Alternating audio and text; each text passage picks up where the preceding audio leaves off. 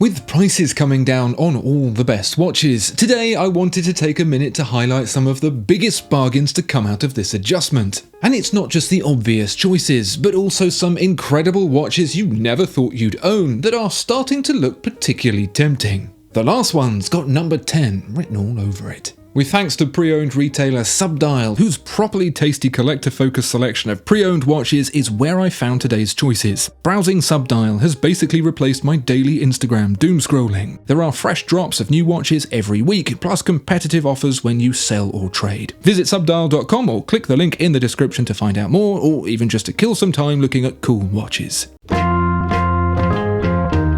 Let's set the benchmark first with a steadfast option from Rolex, the much sought after Daytona 116500 LN. Recently refitted with a shiny metal ring, which is coincidentally the least romantic way to describe a betrothal, the outgoing model didn't exactly drop from popularity in perhaps the way people hoped. The Where's Wally, for you Americans, that's also known as the presidential debate, factor of the old and new Daytonas means the old one is still a pretty pricey watch, commanding a value substantially higher than the current RRP of £13,200. Even so, it's still come down a long way since it peaked in 2022 at some £31,000. Today, the Black Dial 116500 LN is readily available for less than £20,000, two-thirds the asking price at its highest. And for those of you desperately waiting like a Labrador outside a hospice for a call that's never going to come, that's almost enough to make paying the convenience tax of buying one pre-owned palatable. If you want a Daytona, and God knows many people do, and you intend to keep it for a substantial period, say 5 years or more, there are worse things you can do with that £20,000. There's better things too, as we'll see a bit later on, but those aren't Rolex Daytonas. In any case, the unattainable Daytona has become just a little bit more attainable, and whilst a price correction back to RRP is as likely as finding real chicken in a McNugget, it's moving in shades of grey in the right direction.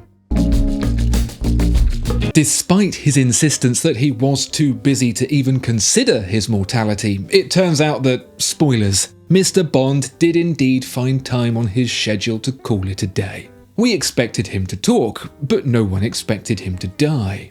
Goldfinger called it.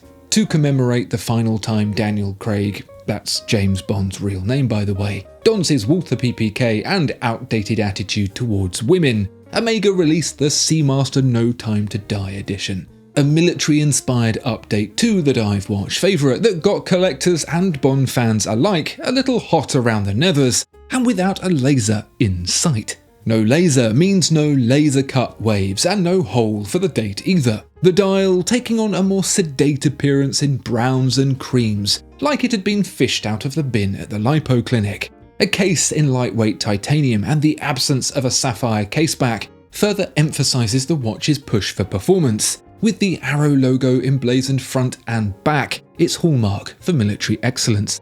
That's not a stick diagram of my lower half, however, it's the British military insignia for issued equipment, and the Omega No Time to Die is the first non-military item to officially receive it. That does mean King Charles can turn up at your house in the middle of the night and take it though. At launch, demand for the watch soared to multiples of retail, as thirsty Bond fans sought to emulate their blue-eyed hero. Things have cooled off a bit since, and as the retail price has marched up, the pre-owned price has retreated, now coming in at under £7,000. Now that's for your eyes only. Moonraker. It's Ernie to the Nautilus's Bert, Patrick to its SpongeBob, Marv to its Harry. The Aquanaut was always considered, since its 1997 introduction, the soft-in-the-head second fiddle. That is, until it wasn't, and it became one of the most sought-after watches in all the land. With its ears pinned back and a new face of makeup, the ugly duckling became a swan. Too much like a swan, in fact, to the point where it got a reputation for attacks. It was originally a failed attempt to revive the also failing Nautilus, at a time when that 70s shape faced a lot of criticism. That's pretty rich coming from the era of big suits and apparent colourblindness, but whatever. That's the way things were. As trends did their thing and cycled around, the Nautilus became hot property once again, and once it was rendered unavailable, attention turned to its dorky twin sister, the Aquanaut. You know that bit in the film when the nerd girl who's spent the last 45 minutes having her head shoved down the toilet takes off her glasses and everyone's like, "No way, you were Cameron Diaz all along." Well, that's the moment the £43,600 white gold Aquanaut 5168G started selling for 3 times the price. Whatever happened to Cameron Diaz anyway? Why not get the cheaper £21,200 5167A in steel instead? Because used, the 5168G in gold has sunk to under £60,000, around £10,000 off the used price of the steel 5167A. And if you're going to get a watch like that, may as well try to weaponize it and get the heavy one. IWC's most recent release of the Ingenieur reminds me a lot of being a school kid. By the time I had whatever the latest trend was, be it yo-yos, Pokemon cards or glandular fever, everyone else was already long over it. IWC's reactions are even more delayed than that even. They'll be saying skibbity riz long after it's made it into the dictionary. It's not the first time they've tried again with the Ingenieur, and in fact it's part of the ethos of the entire model line in the first place. The famous Genta injection was intended to be a revival of the watch for engineers, and ever since then it's fallen into a cycle of reinvention to rival Christian Bale. The effort this time is certainly impressive, but unfortunately mired by a high RRP and, at launch, low availability. IWC was playing hard to get at the level of Hinu Onoda, dedicated to a cause that was long since over. As such, the Ingenieur hype bubble popped before you could spell Schaffhausen.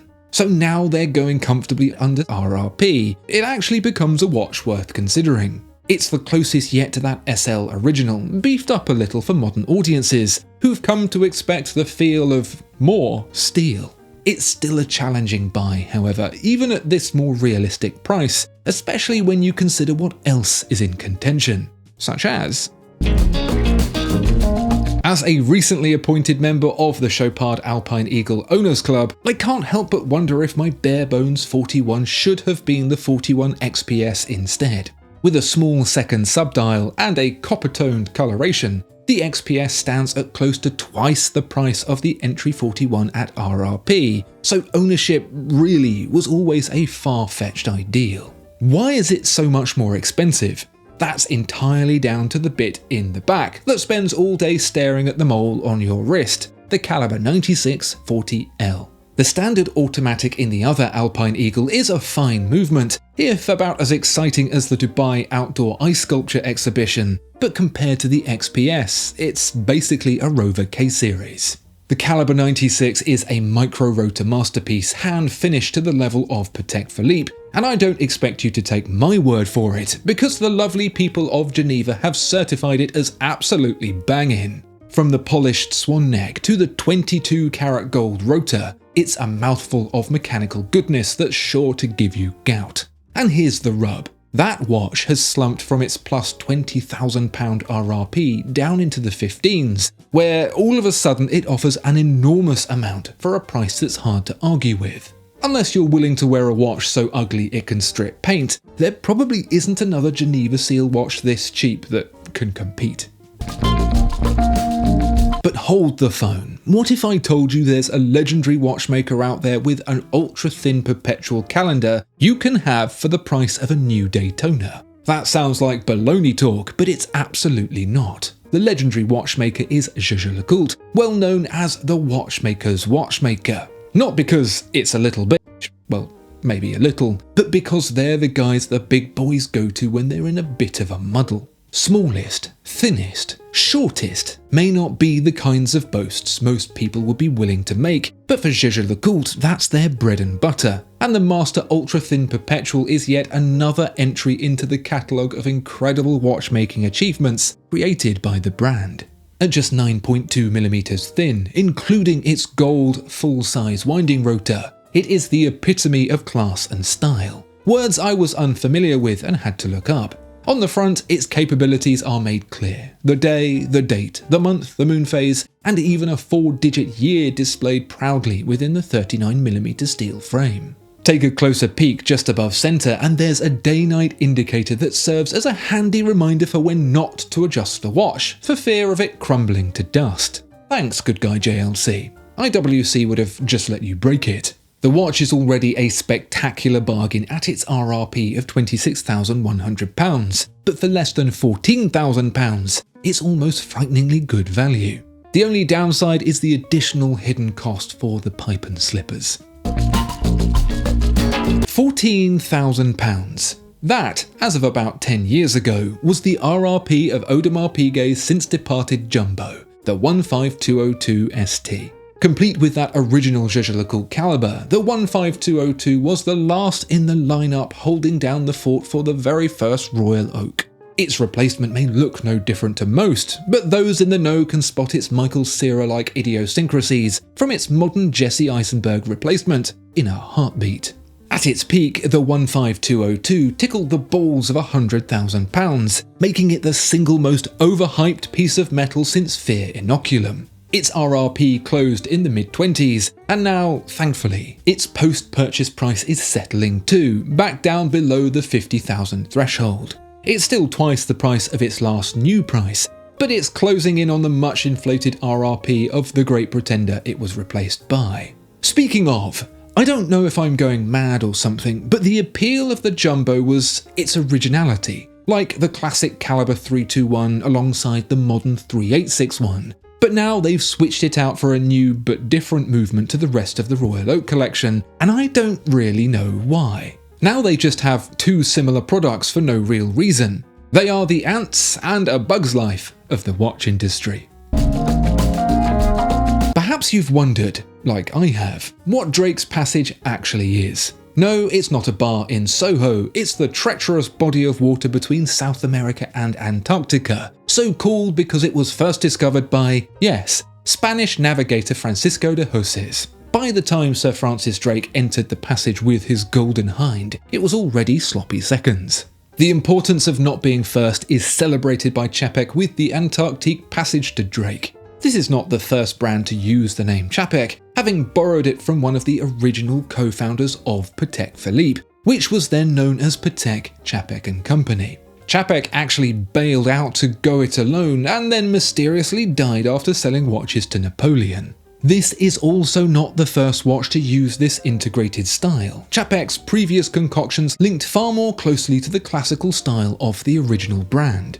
It's not the last to use it either, but regardless, the trend for spending more money than is sensible on an integrated bracelet watch has started to calm. And so now the Antarctique Passage to Drake has dropped from way above its £24,000 RRP to a more intriguing sub £15,000 price point. It is an incredibly well-made watch, especially on the movement side, which is occupied by a striking micro-rotor SXH5 caliber that contains a combination of modern laser finishing and traditional hand polishing, including 6, count them, 6 inward angles on the centre-second cock, with the micro-rotor itself hewn from solid platinum to give it some extra heft when keeping the 60-hour power reserve topped up. But if it's less the integrated shape of Audemars Piguet's Royal Oak you're after at a cheaper price, and more the brand itself, you may think you've got as much chance as Bear Grylls getting through an adventure without a taste of the good stuff.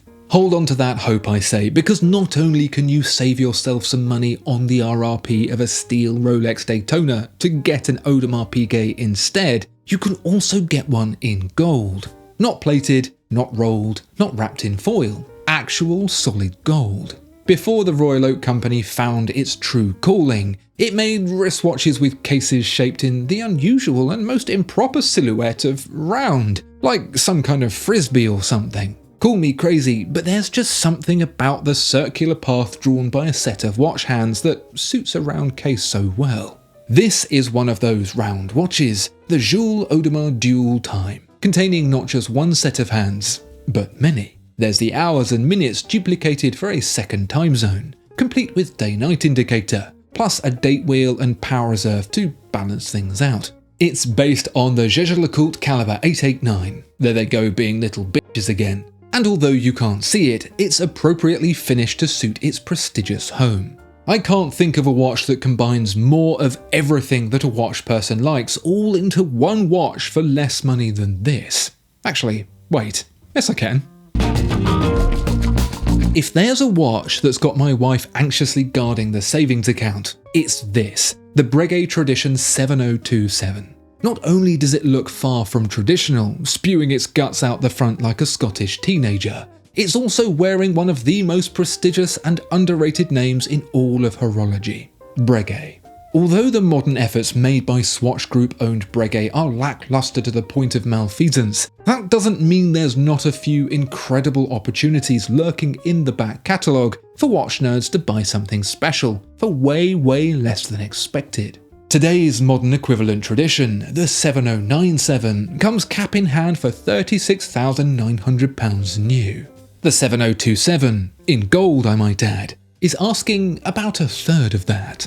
Yes, it's a smaller size at 37mm, but it's hardly a button. And just look at that dial. It's like if Max Buser went back in time and made watches for men in tall hats and moustaches.